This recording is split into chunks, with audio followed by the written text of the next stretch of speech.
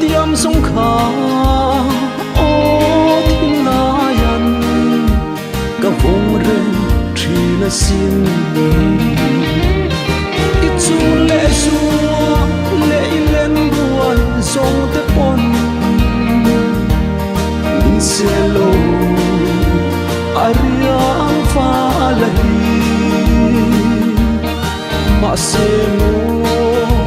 cả châu sông đông che ani sinh hi mà riêng tên cả trả vui chi ôm tu ai dám chuan em à chiang tên nắng lên lên tuổi căn mùa mà xe mô bây giờ là tham răn mô lâu ní thiên lion chạm rừng chỉ là xin ít chu lệ xua lệ lên buồn sông tới bồn min xe lâu ariang pha lahi mà xe mô cả châu sông đông che ani sinh hi mà riêng tên cả trả vui chi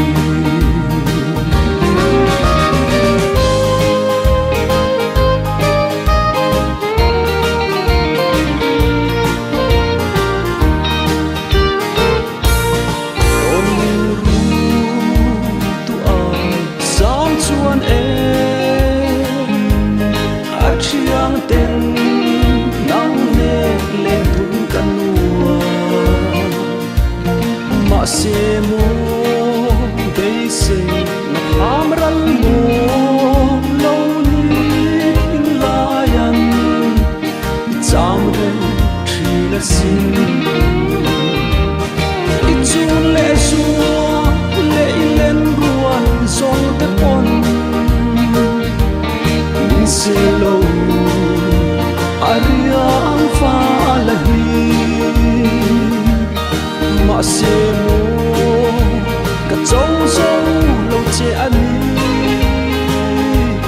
sinh hi mà